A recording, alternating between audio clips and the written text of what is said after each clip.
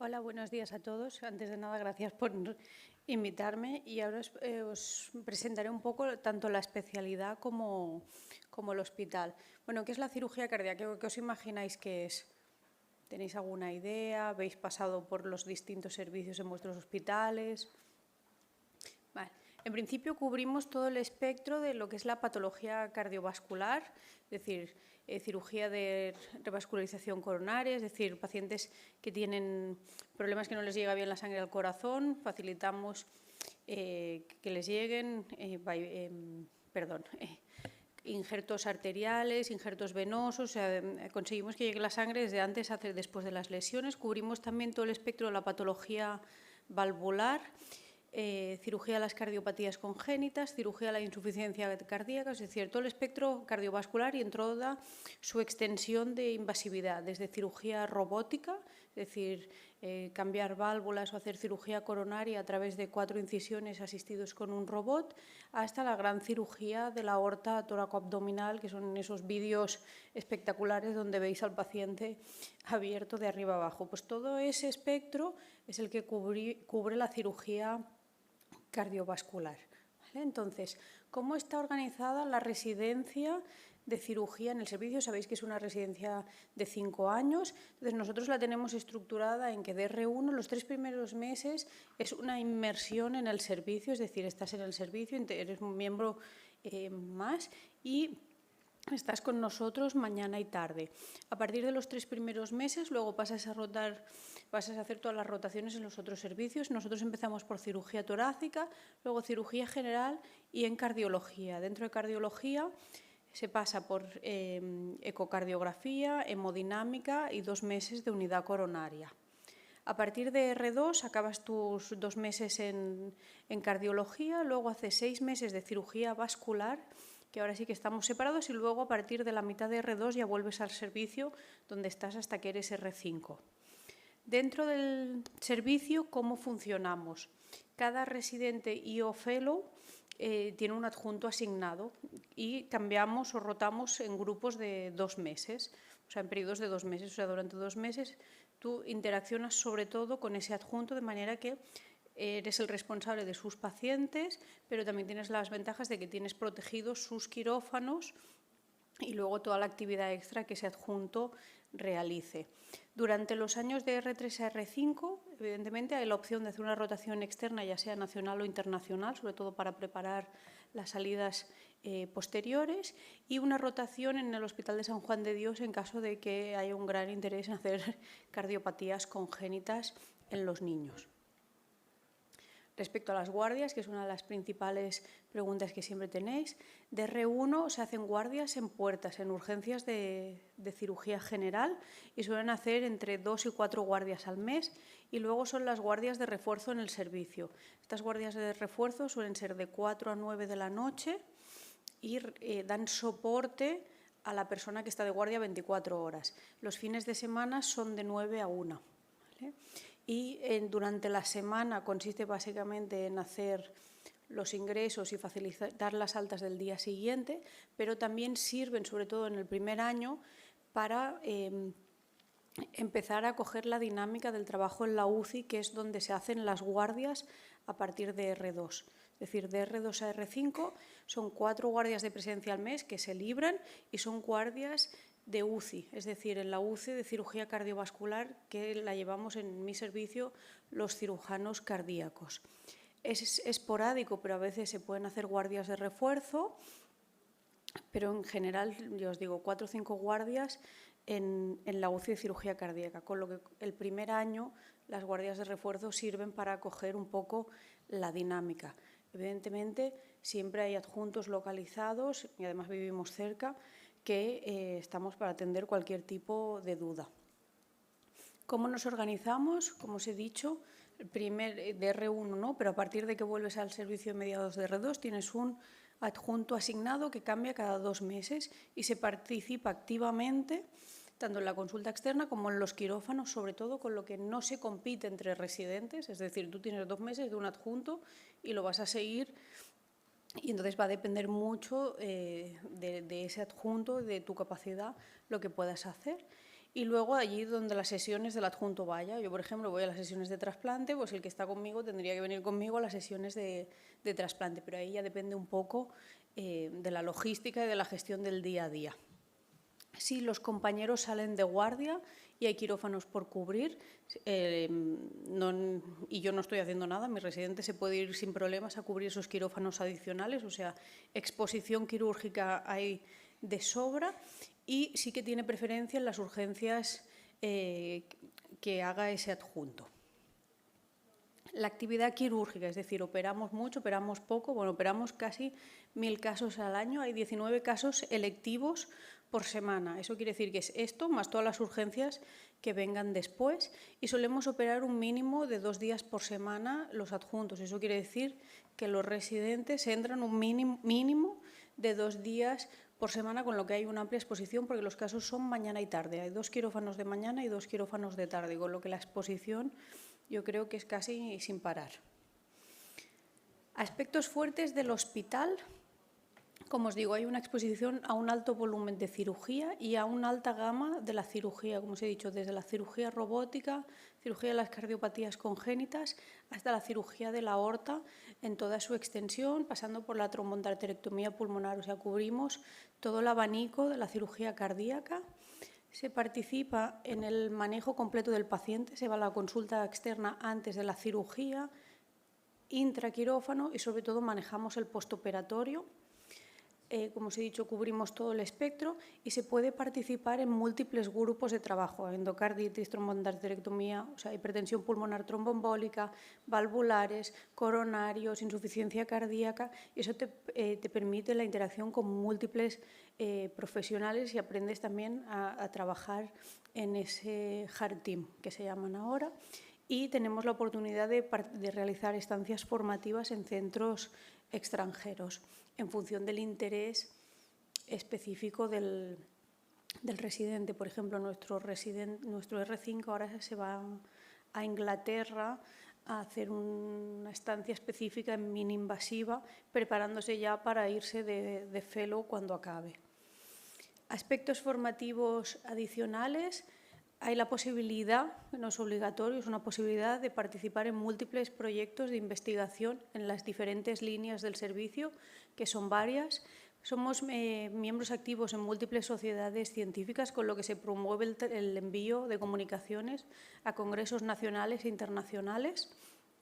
Organizamos y favorecemos la participación en múltiples wet labs y dry labs de las sociedades locales o incluso dentro del mismo hospital, y tenemos la opción de asistir a múltiples cursos, ya sean nacionales o internacionales: los cursos de residentes de la Sociedad Española, los cursos fundamentales de la Sociedad Europea, etcétera. También favorecemos eso para añadir un plus en la formación de los residentes. Otros aspectos es Barcelona. Todo el mundo viene de una ciudad muy bonita, pero a mí la mía me encanta. Tenemos mar, tenemos Gaudí, y no pongo el estadio para no herir sensibilidades, por si acaso, pero es una ciudad que es muy bonita, se vive bien. Respecto a la economía, le he hecho una encuesta entre mis residentes, sobre todo los que vienen de fuera de Barcelona, y dicen que con el sueldo que ellos ganan les da perfectamente para vivir en la ciudad, en pisos incluso sin compartirlos.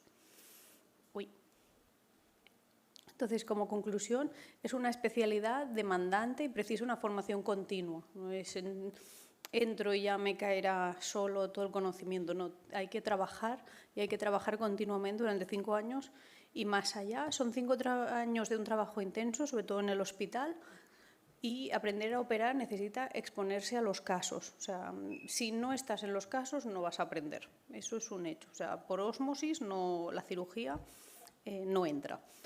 Ventajas del servicio. Hay una exposición muy amplia a toda la patología cardiovascular, y como ventaja que yo le veo, somos la parte activa del postoperatorio inmediato. Esto da un plus de conocimientos que a veces que da miedo, da respeto, y es: ¿y esto para qué me va a servir? Bueno, te da un plus formativo para entender las complicaciones que generan estos pacientes, y entonces es como una visión mucho más amplia de la patología y que simultáneamente ofrecemos la opción del desarrollo científico del residente, primero con comunicaciones más pequeñas y luego ya estudios más grandes. Y eso es todo. Y ahora estaré encantada de contestaros todas las dudas que tengáis. Muchas gracias, doctora. Vale, pues, ¿alguna pregunta por aquí? Voy.